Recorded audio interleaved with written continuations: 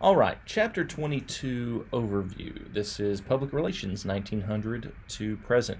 As I said in the video in Chapter 21, I want to make it very clear. Advertising and public relations are, in one sense, flip sides of the same coin. Advertising is more of an overt way of saying, I want you to do something.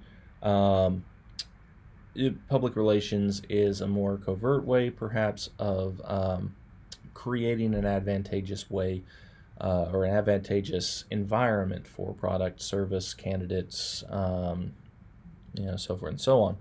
An example I might have you think about is this. If you were working for the American Dairy Farmers Association, you're producing milk, cheese, things like that, an advertiser might create a campaign where you're getting celebrities, putting them on posters where they've got the milk mustache and you're saying drink milk. You've got a very clear call to action. You're showing milk that looks delicious. It's splashing out of the cup. You're writing copy that says it builds strong, healthy bones, and you're showing celebrity endorsements of people who presumably drink milk. It's very clear what you want the audience to do. Drink milk. Public relations, on the other hand, you are creating an advantageous environment in the marketplace for your product, as advantageous as possible. What you may do is fund research projects that look at the potential benefits of drinking milk, eating cheeses, consuming dairy in various ways. You may scour the academic landscape for stories about dairy consumption and be particularly interested in both positive and negative articles and studies concerning dairy. Positive stories you would want to repackage, maybe write press releases about and get them out to magazines, newspapers, talk show hosts, Dr. Oz, these type of folks. Send them out to as many folks as you can, hoping that someone somewhere might talk about these folks, talk about this story, because after all, Dr. Oz picks up a story that you've written, a press release that you've written about an research article done in the Philippines, or a research study done in the Philippines that says that drinking an extra 16 ounces of milk a day might reduce your risk of breast cancer. Okay, just throwing that out there. Dr. Oz picks that up, puts it on a show, and guess what happens to those people who happens in the minds of those people who watch Dr. Oz? They all of a sudden aren't told they need to go out and buy milk, drink milk, etc., etc. But now they have a reason why they might want to consume more dairy. Dr. Oz says that it might help reduce my risk of breast cancer. Great. It's beneficial for American Dairy Farmers Association. I'm also looking for negative articles. I'm also looking for negative things. Because these are things that I want to be aware of, I want to start planning for, I want to have an answer for, I want to perhaps start funding articles that might refute these things, challenge them if they come up in the future. Maybe I want to repackage these in some way that makes it more advantageous, maybe more beneficial for me. These are all things that as a PR practitioner I might want to do. This all goes back, again, to the late 1800s, early 1900s. Essentially, as businesses became larger, after the Industrial Revolution, people started flocking to larger urban centers. Businesses became more industrialized, more mechanized, and more efficient, I guess you would say. In the early 1900s, 1900 and 1930, there was a gigantic movement in the United States concerned with efficiency in business, efficiency in family, efficiency in relationships, efficiency in your personal hygiene. It's kind of crazy, but efficiency was huge.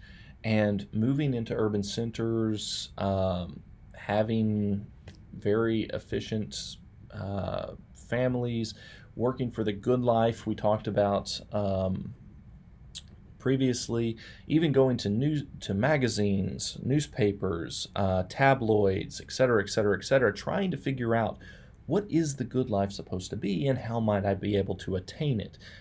The American public was gaga for this. They were crazy trying to figure out, how do I get my kids to fall in line? How can I get my wife to do what I want her to do? How can I get my husband to do what I want them to do? How can I get my work situation in order? Because after all, efficiency in all these areas was, I was told, was what I was supposed to get squared away.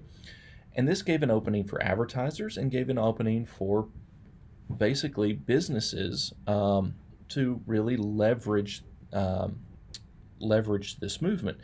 This is where folks like Lee Ivy, Edward Bernays, and ultimately George Creel came in a little bit later on. These are some of the early guys in public relations. So again, Edward Bernays, Lee Ivy, George Creel, these are all big names that you need to know. Lee Ivy is discussed on page 451. You can take a look at that. It's a big name you need to know. Referred to as the father of public relations.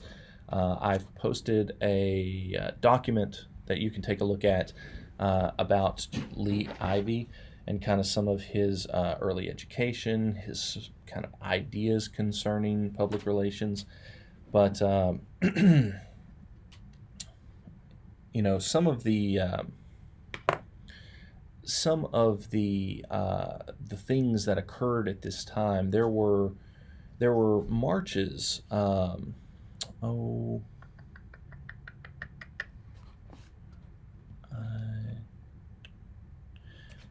Okay, forgive me. I'm getting my people mixed up here. I believe Lee Ivy, but it may be Edward Bernays. I'll have to go back and check this after the video. They were actually working for one of the cigarettes, I think Lucky Strike at the time, and there was a women's march, I believe, a suffrage women's march, and they were trying to basically break into a new market, particularly women smoking. And their idea was they were going to hand out cigarettes to the women marching. After all, if we can get women and suffrage, which was a hot button issue, connected with smoking and connect the idea of freedom, voting, self-determination, and cigarettes, if we can connect all of these things together, then what do you think will happen with our sales of cigarettes? Other women who are like-minded, who want to exercise their freedom, their self-determination, will start seeing smoking as a way of exercising their self-determination. And it actually worked as well. Again, I can see if I can find this. But these are kind of some shenanigans that happened early on. But these guys worked for businesses. They also started working for the government in the early 1900s. You'll see how Lee Ivy started working for the government. But particularly, I want you to pay attention to George Creel's work. When we think about propaganda, one of the things that I want you to understand is that propaganda was actually a term that existed long before World War II. A lot of folks trace propaganda or think about propaganda in terms of Nazi propaganda of World War II. And, you know, really prior to World War II, propaganda was somewhat of a neutral term. It didn't really have a tremendously negative connotation prior to World War II. The Germans, though, in World War II, specifically, obviously, the Nazis in World War II had a ministry of propaganda, but they were not the only one. The Allied nations all had a version of a ministry of propaganda. The Axis powers all had a ministry of propaganda. We had the Creel Commission.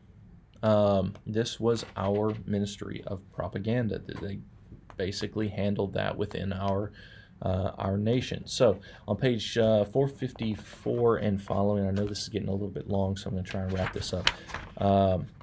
And following, we start seeing the work of the Creel Commission, and it continues on as you read about how PR practitioners at that time in the early 1900s and following started basically doing psychological studies on American citizens to figure out how to use psychological motivations, the things that Americans wanted, feared, loved, desired, how to use these things to motivate Americans to act in particular ways or to not act in particular ways.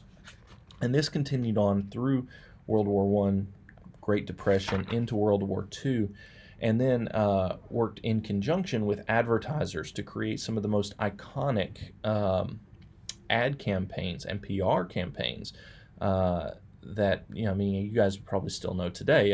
Page 459, you'll see the We Can Do It, the iconic We Can Do It poster. It's talking about getting women, into factories and whatnot in World War II.